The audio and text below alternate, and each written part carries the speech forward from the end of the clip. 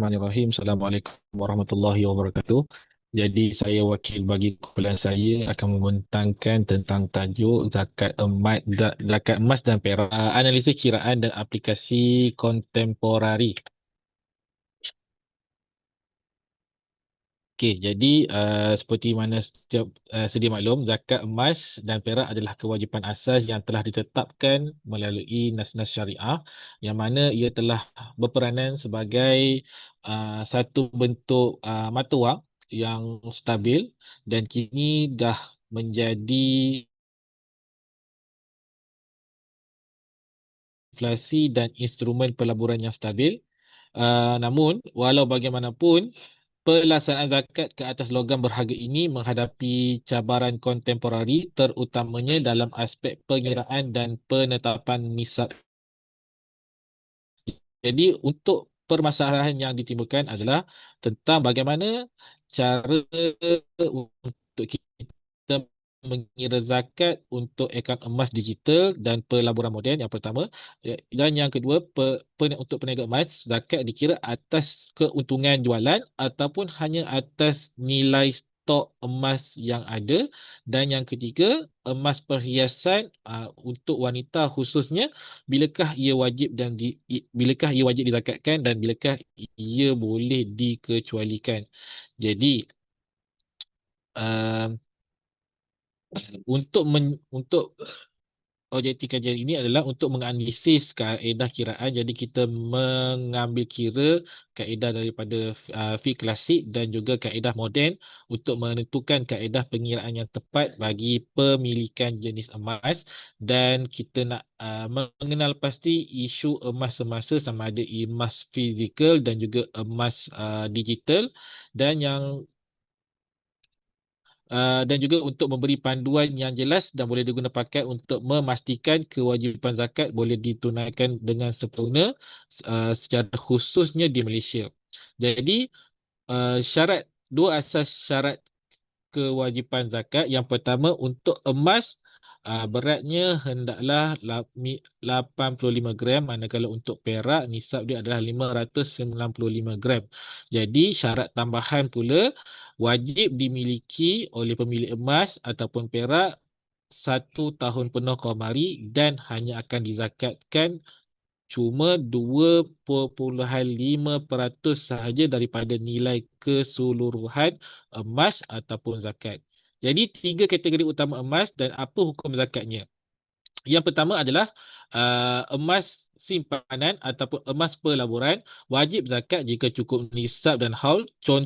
Contohnya adalah jongkok emas, shilling, akaun emas patuh syariah, emas rosak dan tidak dipakai. Manakala yang kedua, emas perhiasan, contoh gelang, rantai, juga wajib dizakatkan sekiranya melebihi had kebiasaan setempat. Dan yang terakhir, emas perniagaan, iaitu emas yang ada, wajib dizakatkan sebagai zakat perniagaan. Dan kiraannya dikira ke atas jumlah nilai keseluruhan stok, bukan atas nilai selepas keuntungan jualan semata-mata. Jadi untuk di Malaysia sendiri, uruf pemakaian emas ni berbeza-beza di setiap negeri, yang mana yang paling rendah adalah di Perlis dan yang paling tinggi adalah di Terengganu dan juga Kelantan. Berbeza kerana adalah kebiasaannya wanita di pantai timur Malaysia memiliki jumlah emas yang lebih banyak daripada negeri-negeri lain. Jadi untuk formula praktikal kiraan zakat emas, uh, simpanan dan pelaburan, beratnya mestilah mencapai 85 gram, darab dengan harga semasa dan darab dengan 2.5%. Contohnya di situ adalah 2,950 gram, RM2,950. Untuk emas perhiasan melebihi uruf, ada dua contoh kiraan sebab kita mengambil kiraan dua negeri yang berbeza.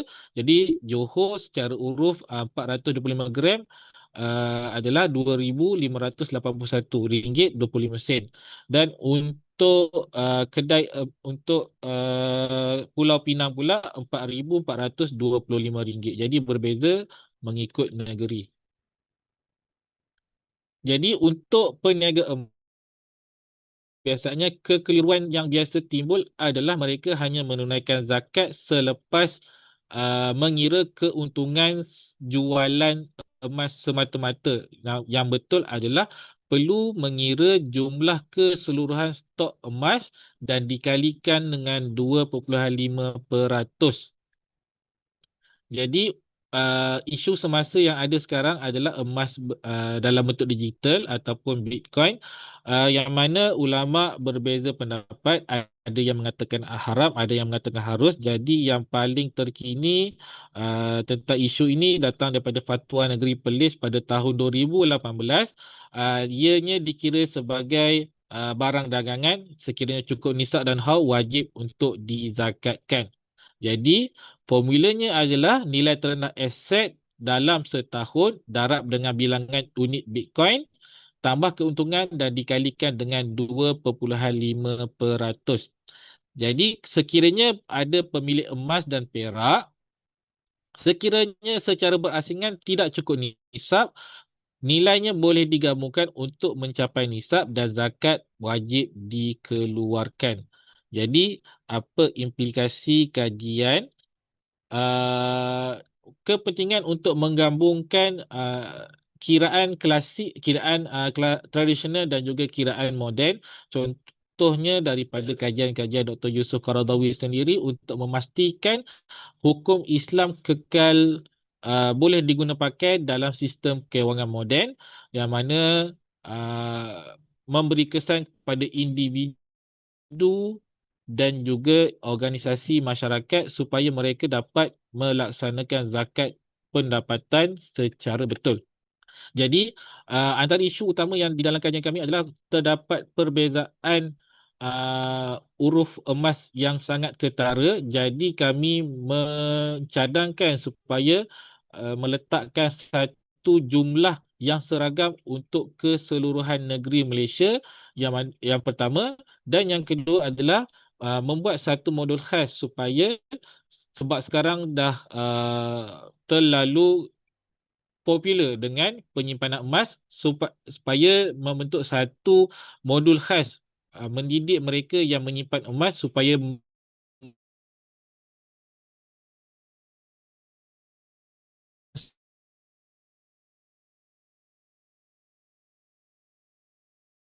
Maaf Bapak, suaranya hilang.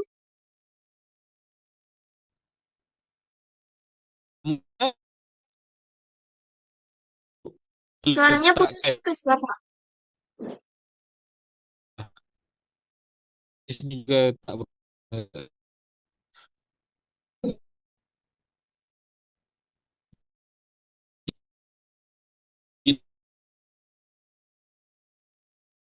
sistem yang saya Suara buat kat sini yang untuk seragam jumlah zakat.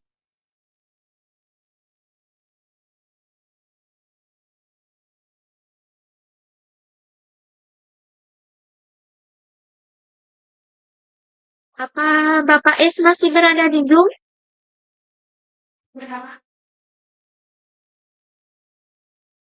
Sepertinya gangguan jaringan ya. Bapak S, oke kita tunggu sebentar ya. Bapak S bisa mendengar suara saya? Uh, tak berapa cantik di sini. Ya, Uh, nak ulang balik ke? Dari sini ya? dilanjut saja. Ya, diteruskan saja.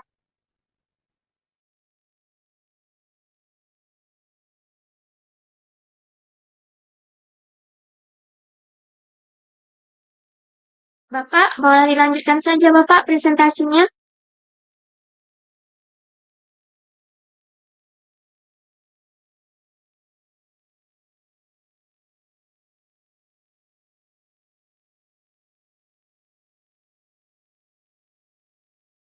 Apa Bapak masih berada di Zoom?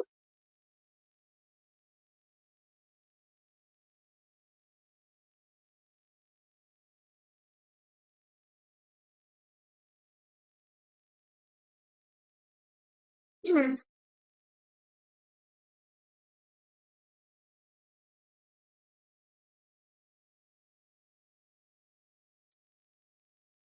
Sepertinya Bapak E sudah keluar dari Zoom-nya. Oh, ini sudah bergabung. Bagaimana Bapak? Aman jaringannya? Okey, dah boleh kot. Su- Uh, Sekejap, saya share balik eh. Tadi dekat mana yang tadi yang terputus? Dekat emas yang sedang populer sekarang, Oh, okey, sekejap saya share. penyimpanan emas. Ya. Hmm,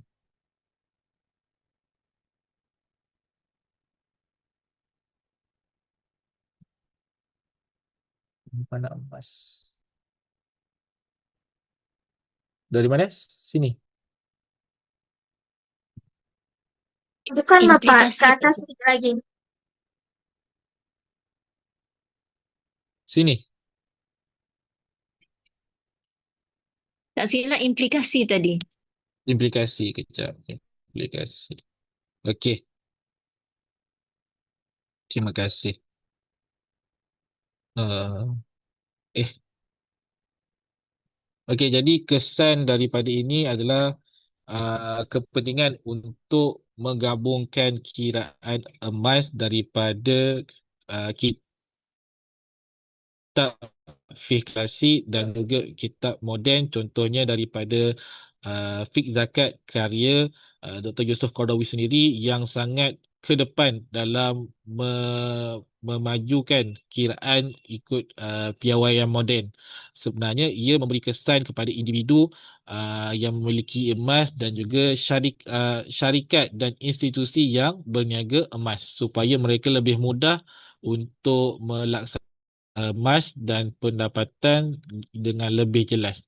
Jadi, show dan cadangan kami adalah untuk di Malaysia khususnya supaya menyeragamkan huruf antara setiap negeri supaya tidak lagi timbul kecelaruan bilangan zakat emas, dan yang kedua untuk membina satu modul pendidikan khas khususnya kerana di Malaysia sekarang sangat-sangat popular dengan teknik simpanan emas, dan yang terakhir untuk membangunkan satu kalkulator zakat digital yang boleh membantu orang awam secara umumnya yang tiada asas pengetahuan tentang fiqh muamalat. Jadi ini adalah rujukan kami yang mana rujukan utama ada daripada kitab fiqh zakat Al-Qardawi dan juga merujuk data daripada Pusat Pengutaran Zakat Majlis Agama Islam Persekutuan.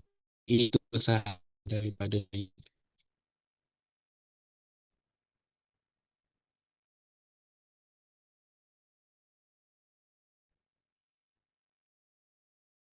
Maaf Bapak, suaranya hilang kembali.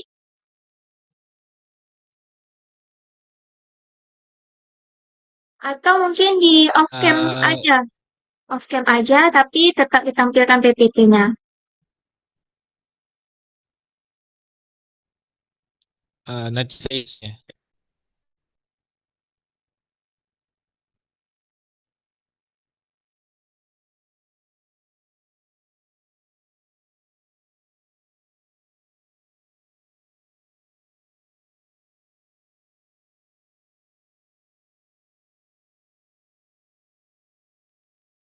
Bapak S masih berada di Zoom? Tadi saya lihat sudah di slide terakhir ya.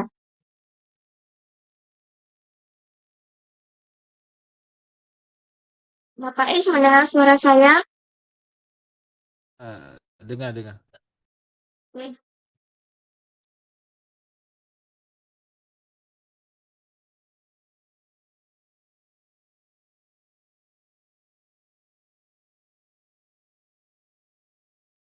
Mau diulang atau apa, sebab saya rasa dah habis. Oke, kalau sudah, oke, sudah cukup Bapak. Okey.